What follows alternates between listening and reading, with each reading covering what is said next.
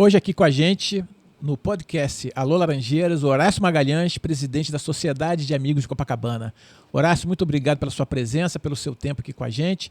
E a gente vai conversar uma coisa muito séria, que é essa disputa atualmente que ocorre em relação ao barulho, que é da disputa entre moradores e comércio, em bares e restaurantes, principalmente nessa questão do barulho, da ocupação das calçadas. É algo polêmico que está muito em evidência e muita discussão tem acontecido. Horácio, mais uma vez, obrigado pela sua presença. Fala um pouquinho de você, o que é a Sociedade de Amigos de Copacabana? Marcos Vinícius, muito obrigado pelo convite para estar aqui, é um prazer estar aqui. Você que é presidente da nossa associação de moradores com a irmã aqui, vizinhos, né? Aqui do bairro Laranjeira, muito próximo de Copacabana, é um prazer estar aqui. Bom, a Sociedade de Amigos de Copacabana é a associação de moradores do bairro que vai completar agora, em 2022, em 10 de novembro, 24 anos de existência. Nós somos uma associação de moradores que tem como objetivo, tal como a sua, lidar de todas as questões no que se refere à qualidade de vida do bairro de Copacabana, dentro dos seus mais variados aspectos: trânsito, transporte, segurança, meio ambiente, ordenamento, ou seja, é tudo, né? Então a gente está completando aqui com muito orgulho, né, agora no final do ano, 24 anos de luta aí, né, com muitas vitórias, com outras ainda pendentes, né? E algumas a gente atuou até junto com questões macros, né, que tem a ver com todos os bairros e todas, né, outras pontuais tem a ver mais com o bairro e tal. Agora, Copacabana é um bairro que é conhecido mundialmente, né? Quer dizer, Princesinha do Mar e por aí vai, mas é um bairro que é conhecido na Europa, nos Estados Unidos, na Ásia, enfim. Copacabana já é um nome internacional. Então, como é que é você ser representante de um bairro que é internacional? Quer dizer, é uma responsabilidade gigantesca, né? Porque o bairro não é só da cidade, não é só do Brasil, é do mundo, né? Perfeito, você resumiu bem, né? A gente tem uma visão sistêmica do bairro, né? O bairro, ele tem um potencial turístico muito grande, como você bem falou, algumas pessoas conhecem o bairro, mas às vezes não conhecem nem a cidade. Copacabana e tal. Então, ele tem uma importância turística muito grande, né? Não é à toa que o bairro tem mais de 50 hotéis, isso sem falar nos inúmeros hostels, né, que nós temos no bairro, né? Praticamente todos sobrados em 2 andares lá viraram hostels, né? Então, quer dizer, uma circulação muito grande de turistas e é um bairro mais adensado da cidade, né? Então, mais de 50 mil moradores. Se todos os moradores quisessem sair na calçada, não teria lugar na calçada. Isso, somado à população flutuante, é até difícil mensurar. Algumas pessoas cogitam que a gente tenha lá uma população flutuante de 300 mil pessoas por dia e tal. Então, dependendo do período, se for verão, carnaval, coisas desse tipo. Então, realmente, o bairro ele tem uma importância simbólica, né? E turística, realmente. O bairro de Copacabana, por decreto, é considerado a capital turística da terceira idade, né? Sim. Foi decretado pela prefeitura, isso há alguns anos atrás.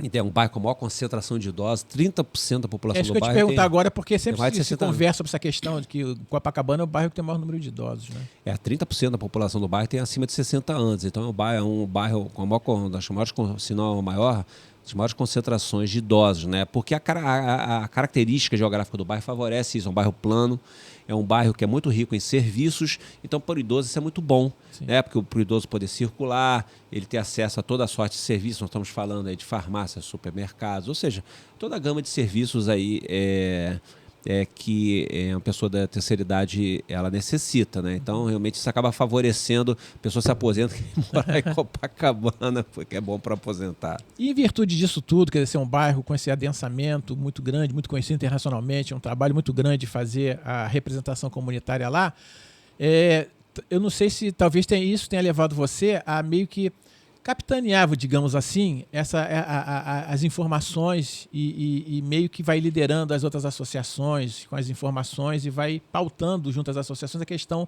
dessa do barulho, né, da relação com bares e restaurantes, dessa legislação que permite agora a ocupação das calçadas. Enfim, você talvez seja uma das pessoas, se não é a pessoa mais entendida nesse assunto dessa discussão atual que está acontecendo na cidade do Rio de Janeiro, né? Então, eu queria que você pudesse fazer um pequeno histórico disso, né, para o nosso ouvinte e espectador entender, né, toda a dinâmica, né? Porque isso já é um assunto antigo, barulho na cidade do Rio de Janeiro, bares, isso é uma coisa antiga, mas nos últimos anos a coisa se aprofundou, essa questão, a discussão ficou mais complicada, até porque agora há um respaldo legal pela ocupação das calçadas, né? Você tem capitais no mundo Nova York, Roma, que existe uma tolerância maior pela ocupação das calçadas, até parte da rua em frente aos restaurantes, às vezes se ocupa com mesas também, inclusive faz como se fosse um puxadinho dos restaurantes. Mas essa questão que está sendo trazida também agora para o Rio de Janeiro. Então eu queria que você desse uma historiada assim nesses últimos anos, né? Como é que começou essa discussão e como é que está, enfim, como é que isso surgiu? Como é que surgiu essa nova tentativa de ocupação das calçadas? Não só tentativa, né? Como está se concretizando isso, né? Pois bem, o carioca ele vive um eterno dilema. Uma característica do carioca o carioca gosta de se reunir nas calçadas.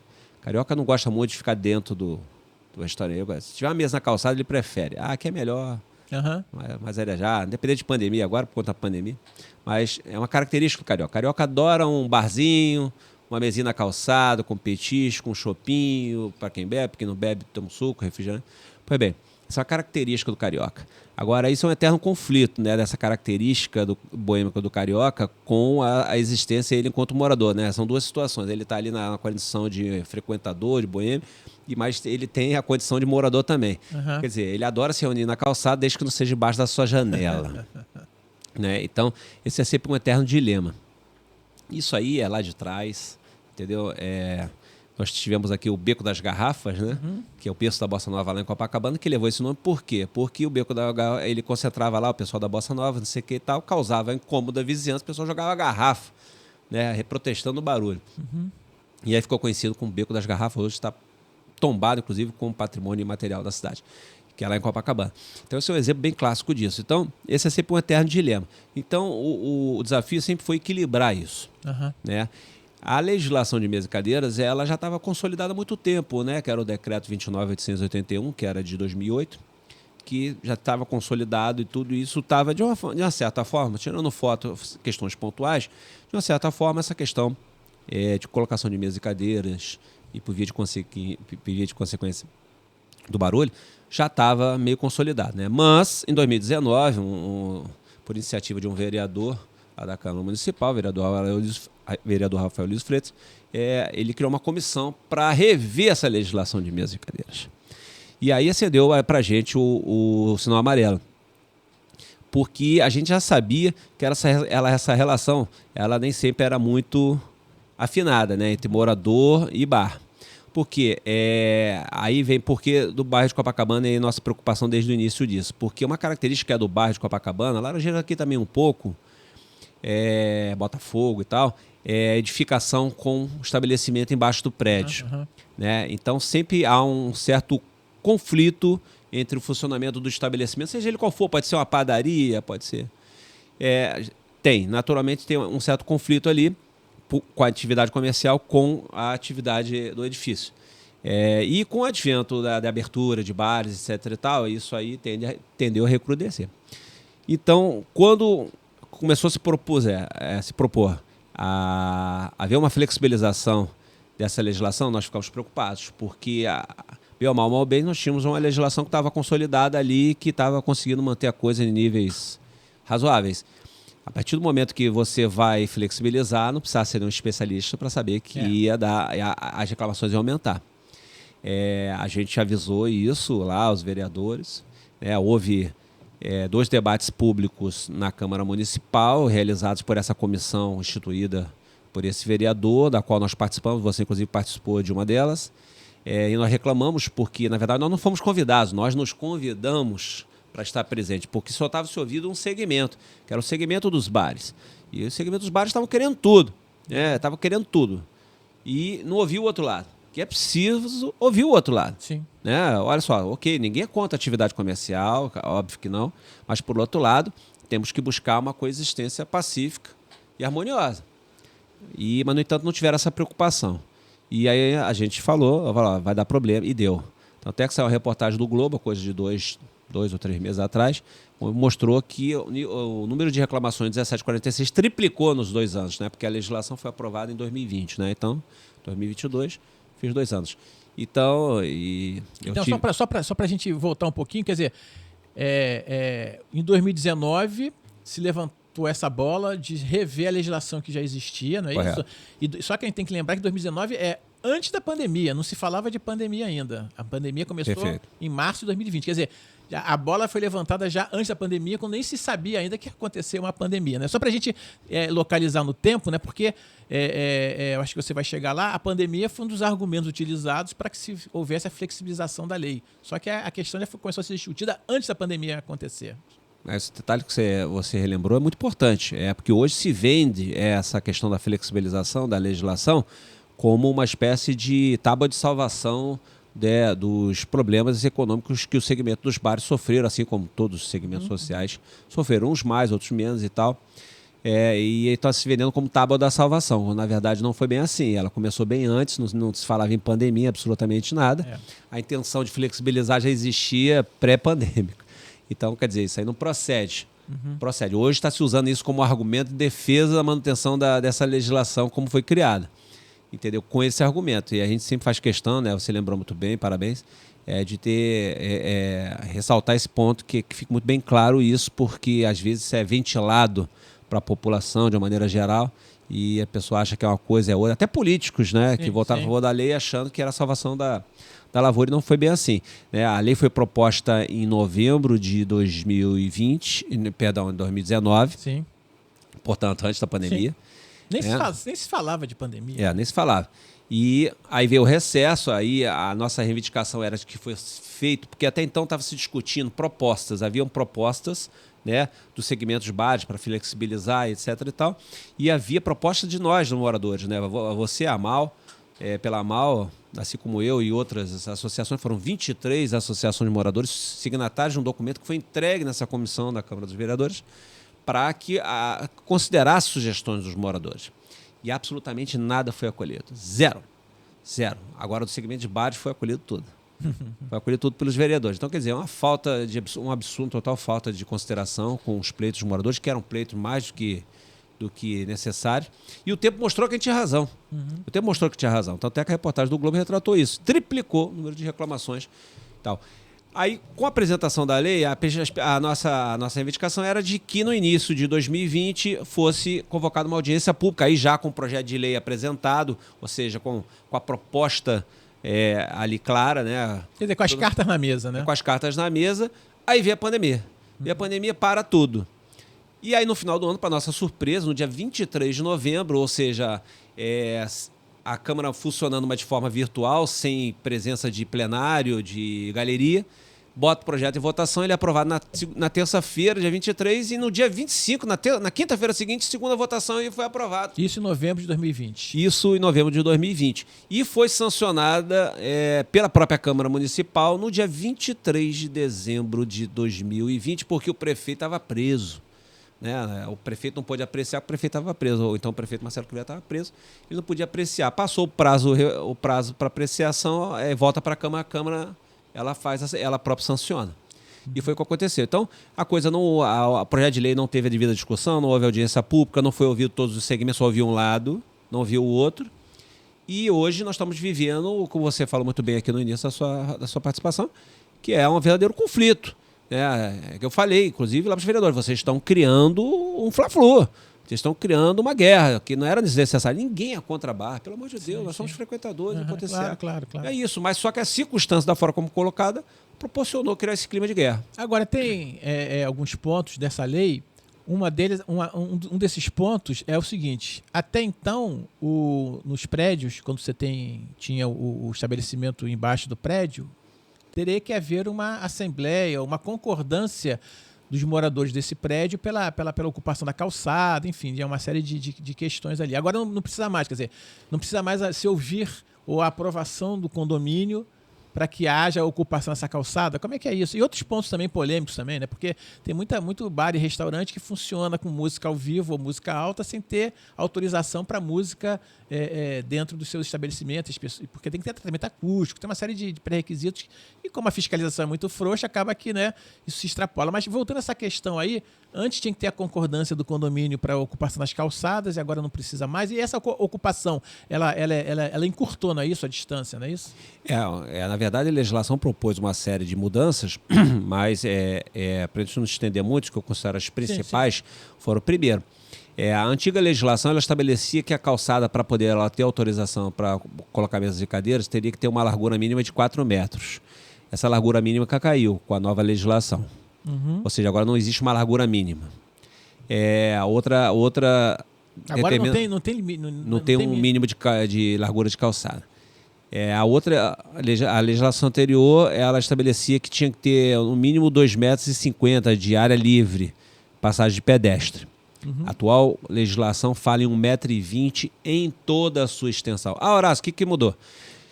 Olha só, a calçada, muita gente não sabe. A calçada ela é dividida em 3 partes, né? Tem a faixa de acesso, que é aquela faixa junto às edificações ao comércio, para entrar nos estabelecimentos, entrar e sair dos prédios.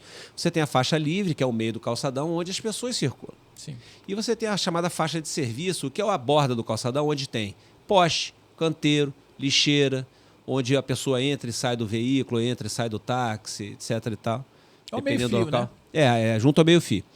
Então, essa lei, ela segurou 1,20 m em toda a extensão. Se você tiver um canteiro ali, você não vai ter 1,20 m, porque tem um canteiro. Se tiver um poste ali, não vai ter 1,20 m. Se tiver uma árvore ali, não vai ter... O bobear vai ter 50 centímetros, 40, que não dá nem para passar um carrinho. E como não tem mais a questão da largura mínima, então você pode ter uma calçada com uma largura pequena lá, de 2 metros ou 2,5 metros, 1,20 m, mas tem o canteiro, no final das contas você tem 1 metro ali de passagem de pessoas. Lembrando que uma cadeira de rodas, pela legislação aí, pela NBR aí, tem que ter no mínimo 90 centímetros, 95 centímetros, se não me falha a memória agora. Uma cadeira de rodas para passar isso assim, né? Passa a cadeira de rodas. Aí vai ser aquela fila indiana. Né? E outro ponto que é importantíssimo, esse também que se retirou, foi a anuência do prédio. Sim. E a anuência não é do síndico, não, é da Assembleia. O síndico que tinha que levar o assunto para a Assembleia tinha que referendar. E o comerciante ele tinha que apresentar na CLF, na Coordenadoria de Licenciamento e Fiscalização, dentro das várias documentações, era a questão da anuência do prédio. Ou seja, o prédio ele tinha que concordar que embaixo da janela dos seus condôminos ia se instalar ali uma concentração de pessoas, etc. e tal. Então o prédio, ele opinava sobre isso. Isso foi suprimido. Hoje o prédio só fala sobre o chamado área de afastamento frontal, que é a frente do prédio aqui, né, junto à edificação, que é dele. Então não tinha como ser suprimido. Então, mas a questão do logradouro público de frente ao condomínio, o condomínio hoje não opina mais nada. Isso que eu considero os absurdos dos absurdos. Quer dizer, você tem um bar embaixo de um prédio, ele vai ocupar um espaço maior da calçada, por conta agora da nova legislação, e o prédio que está em cima não vai poder opinar em nada. Vai, tipo assim, simplesmente aceitar. Tuba. Né?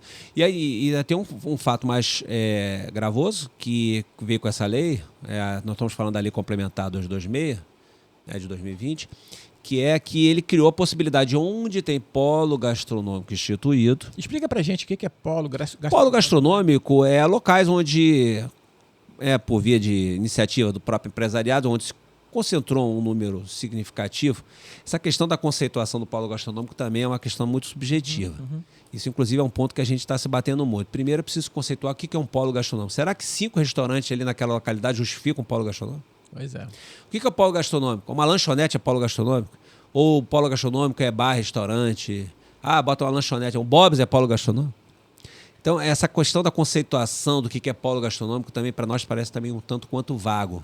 E virou uma coisa meio oportunista. Ali abriu 4, 5 bares e agora virou polo gastronômico. Até porque essa questão de polo gastronômico não é apenas uma questão de nomenclatura. Aquilo ali tem 4, 5, 10, virou um polo gastronômico. Não, mas porque a partir do momento que a prefeitura reconhece um determinado local como polo gastronômico, isso tem outras implicações, não é isso? Exatamente. Então, inclusive, a própria prefeitura, um compromisso de chegar e tornar o local, porque o polo gastronômico ele acaba por atrair a frequência de pessoas, então aí você tem que tratamento urbano e tal, das vias, calçada, melhoria de iluminação, essas coisas todas que vem a reboque.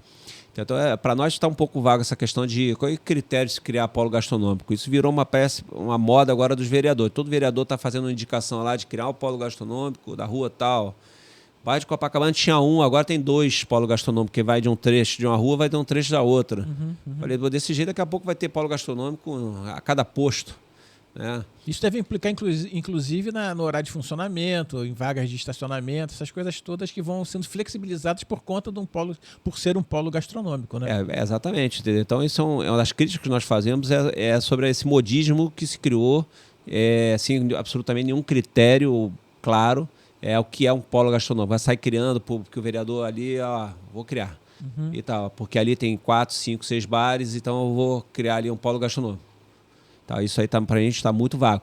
Mas a questão do polo gastronômico propiciou, por conta dessa lei, de que o comerciante pode usar a vaga de estacionamento também, de quinta a domingo.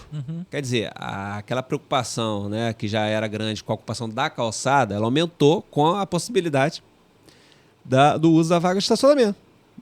E, ou seja, o problema que já era complicado, né, eu me lembro que no primeiro debate público que nós fomos em 2019, que foi em setembro de 2019, a então coordenadora de licenciamento e fiscalização, Dalila Brito, ela deu esse dado. Ela falou que naquela época, no 1746, a reclamação sobre mesa e cadeiras correspondia a 30% das ligações. Naquela época. Ora, não precisa ser nenhum mágico, nenhum estatístico para você ver que, à medida que você flexibiliza, a tendência é essas reclamações aumentarem. E aumentaram, essa matéria do Globo retratou isso. Tá bem, triplicaram. Triplicaram. Entendeu? A gente cantou a bola, infelizmente, os vereadores e a própria prefeitura não se mostraram sensível a essa situação que agora está batendo na porta. Então, quer dizer, a gente tem a questão da ocupação da calçada com um espaço menor para os pedestres andarem pela calçada, que diminuiu, né? Com isso, houve um aumento da possibilidade de ocupação pelos bares e restaurantes, bares principalmente, das calçadas. Então, é um aspecto. O outro aspecto é com essa disseminação dos polos gastronômicos, se deu também margem à ocupação de parte da rua, da pista de rolamento, de frente aos bares, para ocupação também de mesas e cadeiras. Quer dizer, na realidade, a gente está vendo que o pedestre aí vai ficando cada vez mais de lado, né, por conta do espaço menor. Não só pedestre, os próprios veículos também, em determinadas ruas, vão ficando com espaço menor para poder passar. E, além disso, se tirou a possibilidade dos condomínios também influenciarem nessa ocupação da calçada de frente dos próprios prédios. Enfim, a cidade vai se tornando refém, talvez até alguns dizem que as cidades, no caso a cidade do Rio de Janeiro, está se tornando refém das cervejarias, das companhias de bebida, né? Porque elas também são as mais incentivadoras, não só dos eventos, mas também de contratos, né, com esses bares e restaurantes. E quanto maior o consumo, mais dinheiro gira em torno desse comércio principalmente de bebida, né? Isso influencia também nas conversas até altas horas. Aí se coloca música e a música vem alta e música ao vivo, enfim. Isso causa um problema de barulho também, que é das maiores reclamações no 746, é a questão do barulho, né? Que isso tudo vai tumultuando a vida da cidade, do próprio morador, do trabalhador também. Muita gente trabalha em alguns locais até tarde da noite, trabalha de madrugada, e acaba que todo esse movimento, por um lado, movimenta a economia, todo mundo gosta de participar, de ir num bar, bater um papo sem problema nenhum, mas é aquele negócio, o direito de um termina quando começa o direito do outro, né? E em termos de barulho, quer dizer, como é que está, não só Copacabana, mas a cidade? A cidade está muito barulhenta, não é isso, Horácio? Não, sem dúvida. Uma coisa está intrinsecamente ligada com a outra. Na medida em que você ocupa mais o espaço externo, o impacto na vizinhança aumenta. Muitos desses estabelecimentos, desses bares, têm o hábito de ter música, né? Muitos desses estabelecimentos não têm isolamento acústico. E aí, o que acontece? Por um vácuo da legislação, há muitos empresários que alugam uma loja. A loja ela não existe, quer dizer, não existe, estou dizendo fisicamente, que o balcão ele vai até quase atestada.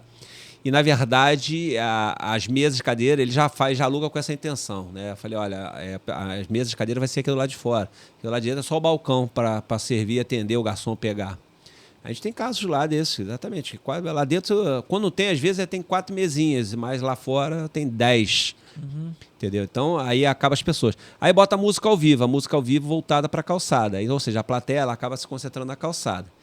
E aí, concentração de pessoas, a empolgação das pessoas com a música, a porta fica aberta, que é para que as pessoas lá fora possam ouvir a música. Às vezes é telas de televisão para transmissão de jogos. A televisão voltada para lá, ele liga a televisão no home theater, que é para dar mais. Então, ou seja, é uma sucessão de coisas. Uma coisa vai levando a outra. Eu já vi dono de bar lá falou o seguinte: se eu não botar música, eu não faturo. Aí eu até falei com ele, desculpa, então é porque tua cerveja e tua comida é ruim. Porque você é um bar, você não é uma casa de show. O cara não veio aqui para assistir o show. Ele veio aqui para consumir o bar e tal, e o show é um plus. né? Mas se ele diz que se ele não tiver mãe, então desculpa. Então o cara está indo por motivo errado. Você tem que mudar o nome aqui. Você não vai falar que é bar, você vai falar que é casa de show. Onde você também serve petisco, né? Quando a gente ia no Canecão assistir um show, você tinha lá, você pedia uma cerveja, você pedia lá uma coisa para petiscar, mas você via para assistir o show. Então até quando acabava o show, acabava a parte de restaurante, porque é uma casa de show. Agora, se o cara vai lá para assistir o show, o destino é outro totalmente diferente. Entendeu? Mas isso é uma visão até empresarial que eu acho que é equivocada. Mas aquilo que a gente fala, eu falei, olha só, você pode fazer isso, só que você não pode incomodar a vizinhança. Você não pode. O morador ele não é obrigado, seja ele que está lá querendo uma noite de sossego, seja aquele cara que está trabalhando em home office, que isso agora virou uma prática muito comum, as pessoas estão trabalhando, né? Eu recebi uma reclamação de um morador que ele espera o filho dormir para poder trabalhar, porque com o filho está acordado, agitado, não consegue. Então, depois que o filho deita, 11 horas da noite, ele consegue sentar no computador, consegue trabalhar e trabalha até 2 da manhã. Aí vem o bar, não deixa ele trabalhar.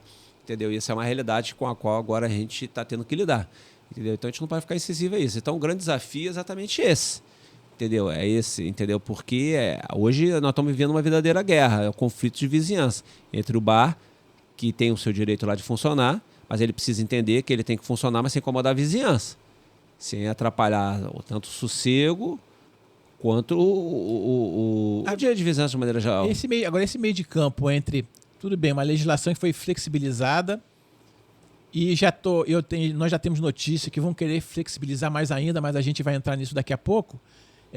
Mas entre essa questão da lei que foi flexibilizada, a questão dos moradores e trabalhadores de determinada região, com os bares e restaurantes, esse conflito, isso tudo tem que ser arbitrado pelo poder público, né? Pela fiscalização do poder público, que tem que agir para justamente coibir os excessos, apesar da legislação já estar meio que excessivamente liberal, mas esses certos excessos ainda, quer dizer, já está liberal e mesmo assim se extrapola a própria lei. Mas é isso aí, a fiscalização tinha que agir. A fiscalização está funcionando na cidade? Não tem. A estrutura da fiscalização já de algum tempo que ela foi completamente desmantelada, né? Os fiscais que atuam basicamente nesse tipo de fiscalização, que são chamados fiscais de atividades econômicas, o último concurso foi há 30 anos atrás. 30 anos atrás? 92. Então, hoje, em torno de 50 fiscais, contando todo mundo, né, a mulher do cafezinho, inclusive, né, em torno de 50 fiscais, mas não tem que 50 fiscais, você vai ter lá 15 fiscais na ativa. Porque tem uns que estão de licença, estão todos estão emprestados para outros órgãos, né? Cedido, de licença, afastado, grupo de risco e tal. Então, os fiscais estão na faixa de mais de 50 anos. Então, ou seja, o cara não consegue nem atender a demanda. Então, são 50 fiscais para fiscalizar a cidade toda. Não é só bar, não. Uhum. Todos estabelecidos. Todo mundo que tem alvará é fiscalizado pelo fiscal de atividade econômica. Ou seja, já não atende a demanda. Ponto. Aí como é que o cara ainda vai fiscalizar isso? Então, isso é um ponto que, inclusive, a gente falou lá na Câmara Municipal. A Câmara Municipal, o vereador lá que é autor da lei, ele fala o seguinte, mas aí a falta de fiscalização não é uma culpa minha. Eu falei, não é. Eu entendo que sim, porque a sua legislação que está proporcionando essa sorte de coisas. Quando você criar uma legislação, você tem que pensar nisso. Claro. É muito fácil você criar uma lei e depois dizer o seguinte, olha, agora a responsabilidade do outro lá, se vira. Não é assim se vira. O cara ele tem que entender. Tem que ver, olha só, não tem como condição de chegar e fiscalizar, não proponha, porque você vai criar um problema. Uhum. O vereador ele tem que propor uma legislação que solucione os problemas e não resolva um e crie 10. O que ele fez foi o seguinte, ele atendeu um segmento e criou um problema do lado de cá. Esse problema do lado de cá, bom, agora não é problema meu, que eu fiz aqui, agora aqui é o com o outro. Mas e o outro, como é que é? Mas aí depende. Então, isso não pode acontecer. Você falou, tem uma proposta de lei na Câmara que está lá tramitando, que é o projeto de lei complementar 25/2021, que propõe a flexibilizar a flexibilização. Uhum. Aquilo que eu falei para você da possibilidade aqui de hoje atual, de eles poderem usar as vagas de estacionamento onde tem polo gastronômico, de quinta a domingo, essa proposta de lei complementar, ela vai estender para todos os bares da cidade, independente se tem polo gastronômico ou não. Então, qualquer bar, se essa lei for aprovada da forma como foi apresentada, qualquer bar poderá ir lá na 7i e pedir autorização. Para ocupar a calçada em frente, né? Não, ocupar a vaga de estacionamento. Vaga de estacionamento. Então, quer dizer, a 7i não tem nem como dizer não. Quer dizer, tem uma lei que diz que ampara. Não posso dizer não. A lei diz que vou autorizar. Então, quer dizer, qualquer bar. Então, se você estiver na rua lá, 3, 4, 5 bares, todos vão poder chegar e pedir. Opa, agora eu quero botar mesa aqui na vaga de estacionamento. Aí, detalhe, aumenta o número de dias. Hoje é permitido de quinta a domingo. Uhum. Esse projeto de lei está estendendo para terça e quarta. Deixaram segunda-feira, porque segunda-feira a maioria dos bares não funciona.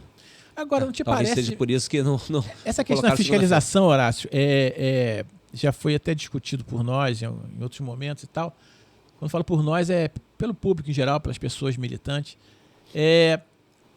Se procura, quando tem uma reclamação, se liga para um 746, a prefeitura tem os trâmites internos e às vezes funciona, às vezes não funciona e tal, mas enfim. Agora, se leva também esses assuntos também para os chamados GELs, Gerentes Executivos Locais, que são os antigos administradores regionais, que mudou o nome, né? Mas, enfim, na prática é a mesma coisa, mas mudou a nomenclatura. E tem também os subprefeitos. Os próprios subprefeitos dizem que eles não têm poder de emitir multa, nem de autuar, nem nada. Então, mas tem o poder de chegar junto e conversar, tentar que os excessos sejam minorados e por aí vai. Você não acha que falta o subprefeito, o próprio gerente executivo local, ter poder para multar, pelo menos, e autuar? Porque senão, sabe, você tem um gestor público que é indicado, não importa, ele está nomeado pelo prefeito, que recebeu o voto da população para tocar a vida do dia a dia. Aí a população não adianta, ela leva a demanda para um representante do próprio prefeito, que é um GEL ou um subprefeito, mas ele fica dependendo da burocracia estabelecida, que é legítima, fez concurso, conhece a lei, são os técnicos, mas o técnico é o técnico, ele não tem a responsabilidade junto à população talvez tão grande quanto o eleito. O eleito é aquele que realmente foi colocado ali para gerir a cidade, né? Para o bem ou para o mal, não importa. Se for para o mal, a população depois não reelege. Se for para o bem, vai reelegê-lo. Mas tem ali o subprefeito e tem o GEL, que são as pessoas que são as pessoas de confiança do prefeito. Aqueles que o prefeito disse, não, você vai ser os meus olhos e meus ouvidos. Você tem a burocracia, mas você tem o pessoal que foi indicado pelo eleito.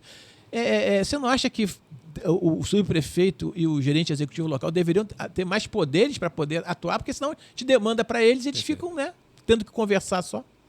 Eu concordo em número, gênero e grau. A gente até no início do ano, nós tivemos uma reunião com o secretário de Ordem Pública, o Breno Carnevale, onde nós até comentamos com ele por que não dá mais poder para a guarda. Porque a guarda, por exemplo, à noite você não tem fiscalização do CLF, não tem. CCU. O único órgão da prefeitura que é bem ou mal bem, 24 horas, é a guarda municipal. Falei, por que no período noturno, que nessa questão dos bares, inclusive, o problema é à noite, em sua grande maioria, por que não dá poder para a guarda fazer esse tipo de fiscalização? Entendeu? Isso funcionou na época da pandemia. A guarda fiscalizava as medidas sanitárias e multava. Então, quer dizer, é possível. Basta querer e ter vontade política. Por que a guarda, bota aí das 22 às 7 da manhã, a guarda vai fiscalizar e ter poder de autuar? Entendeu? Porque hoje você tem, dependendo de um fiscal que é em número insuficiente, que não trabalha 24 horas, ou seja, ele precisa um dia lá, de acordo com a demanda que ele recebeu, ir lá, tirar uma noite para ele ir e tal, ele vai num bar. Enquanto que o problema é diário. Sim. O problema é diário, ele vai lá na outra semana e quase sofre aquilo diariamente. As demandas que chegam no 746, né? Exatamente. Então, por que não dá poder para a guarda para fazer isso? Essa questão de dar poder para o tal do GEL, antigo administrador regional, do prefeito, eu vejo por que não. E não estamos falando de nada absurdo, porque em São Paulo isso já é vigente desde 2016. Em 2016, a lei do PSIL, lá deu poder para os subprefeitos deles autuarem. Inclusive o subprefeito em São Paulo tem muito mais atribuições e responsabilidades e poderes do que aqui no Rio de Janeiro. Aqui no Rio de Janeiro você fica... o subprefeito é uma espécie de articulador. Pois Ele articula. Ele recebe a tua demanda, aí ele vai para o órgão que você já procurou. Sim. Para ele articular, para dar uma solução para isso. Por que ele mesmo não pode... umas coisas assim que eu não consigo entender. Por que um buraco na rua, mudando aqui um pouco, buraco na rua, ele tem que oficiar a Secretaria de Urbanismo para ir lá, constatar e notificar o estabelecimento para ele consertar a calçada. Pô, gente, não precisa ser nenhum engenheiro, nem um arquiteto para ver que tem um buraco na rua, tem que consertar. Ao passo que é muito mais fácil, digamos assim, o morador, a associação de moradores, a associação comercial, enfim, pressionar um GEL, que é o gerente executivo local, ou o subprefeito, que é pressionar a burocracia estabelecida. Porque o burocrata não tem que cuidar de um leque o técnico, exatamente. Enquanto que o GEL, ele está ali no bairro. Então, ele atende a demanda diretamente, está na cara do gol, digamos assim. Exatamente. Né? Entendeu? Então, facilitar e dar mais agilidade para as demandas. Porque é um escravo de Jó, né? Os cabos de Jó, você vai falar com o GEL manda lá para a gerência de conservação, aí a gerência de conservação vai mandar um fiscal para constatar, aí ele vai constatar e vai mandar um ofício para o condomínio ou para a loja que está ali de frente para ele fazer o conserto. Olha só, mas olha o delay, quanto tempo isso leva. E nesse meio tempo está todo mundo tropeçando, diariamente no buraco. Exatamente. Enquanto que o GEL está ali, por que ele não pode chegar lá, cidadão, olha... faço um ofício lá na GEL, entrego lá pro cara, tenho compromisso de 30 dias de fazer. Aí se em 30 dias o cara não fizer, aí sim ele aciona o órgão, já manda multa. Normalmente assim, você faz uma intimação, dá um prazo, não cumpriu o prazo, ou não entrou com recurso contra a intimação, ou não cumpriu, sai o auto de infração. Aí já faz logo a multa. Então eu acho que falta isso, dar mais agilidade e tal, e dar mais poder na ponta, para que a coisa flua de uma forma mais rápida e séria. Porque as pessoas estão literalmente tropeçando no problema diariamente. Exatamente. E a solução, ela leva tempo, tem um delay gigantesco. Agora, na sua opinião, por que você acha que essa providência de se dar mais poderes a um subprefeito ou a um gerente executivo local, por que isso aqui no Rio de Janeiro não existe essa possibilidade? Por que será? É algo porque realmente não é algo que não tem aparentemente problema nenhum.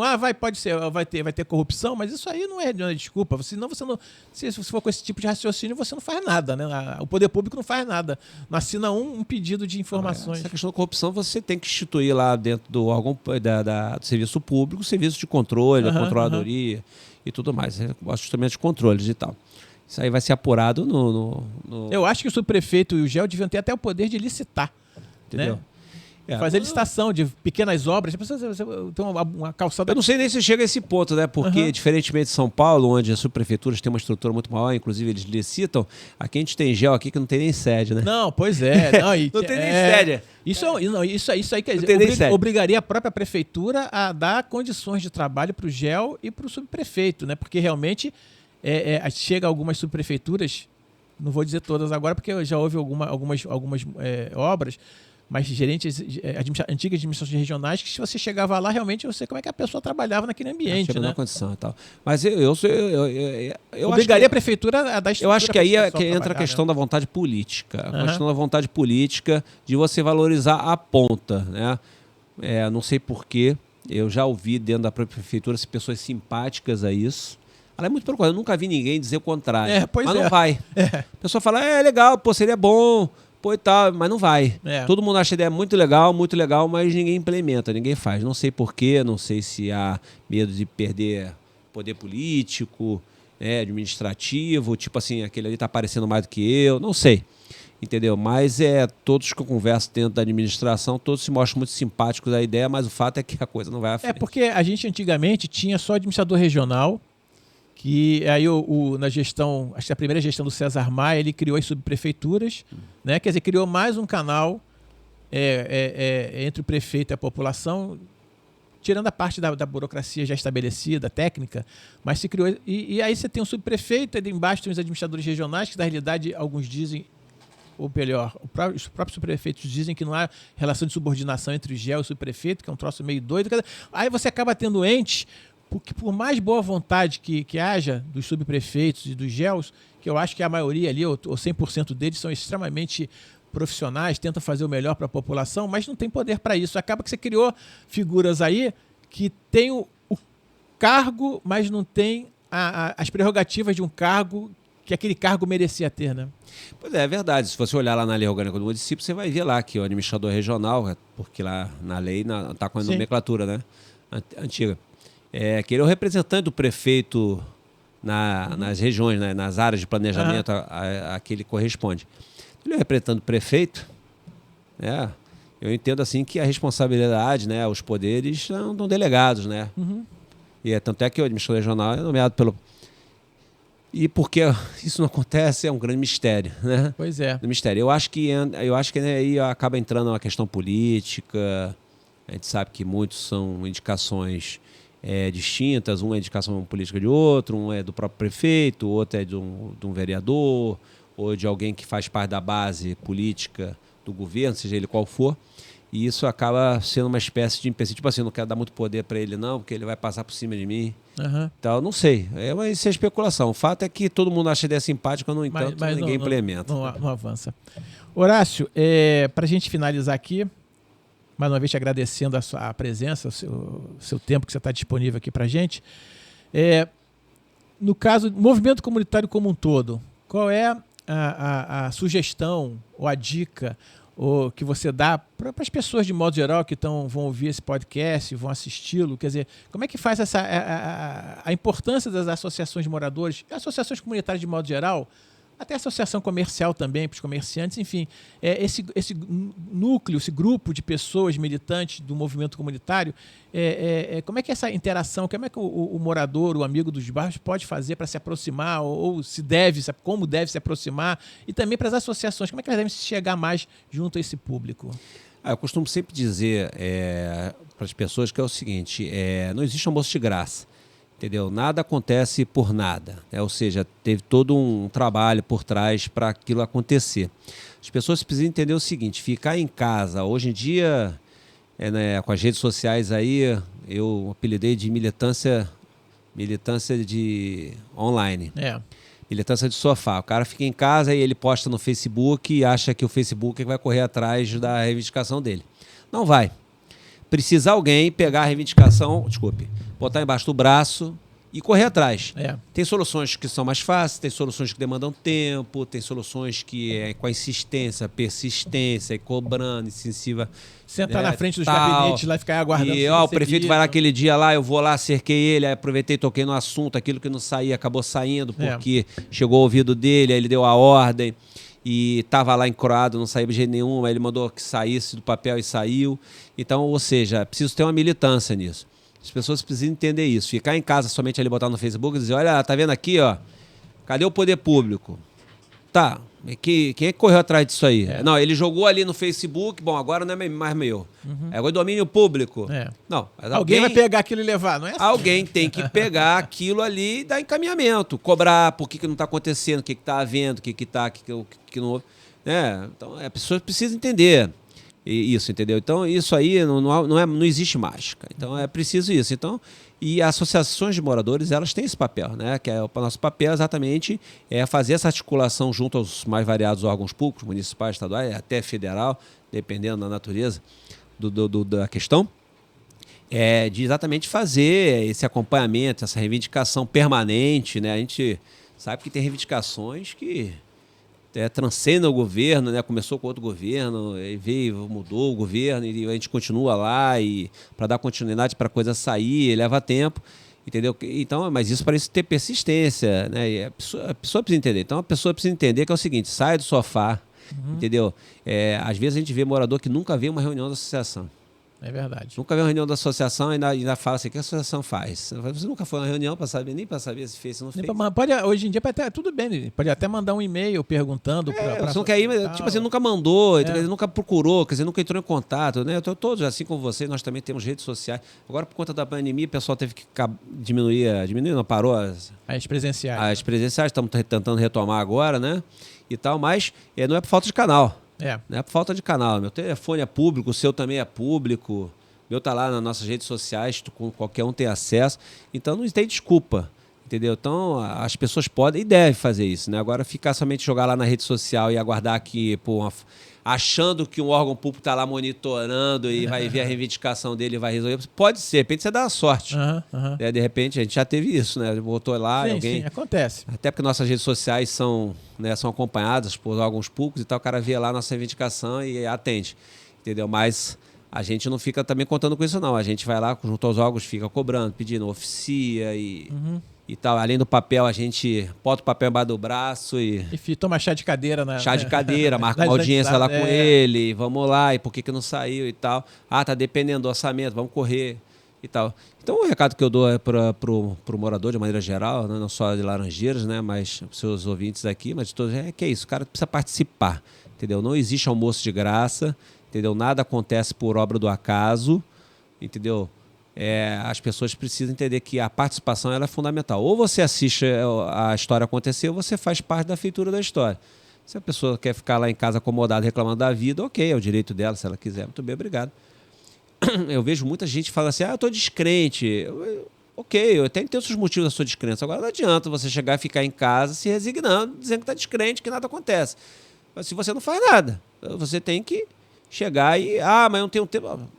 Pelo menos um e-mail, um WhatsApp, uma manifestação, apoiar a iniciativa da associação.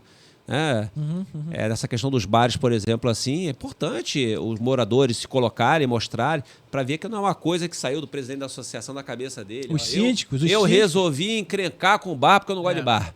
Eu, inclusive, já fui taxado disso, né? Alguns representantes falaram o seguinte: você não gosta de bar. Eu falei, onde é que você tirou isso?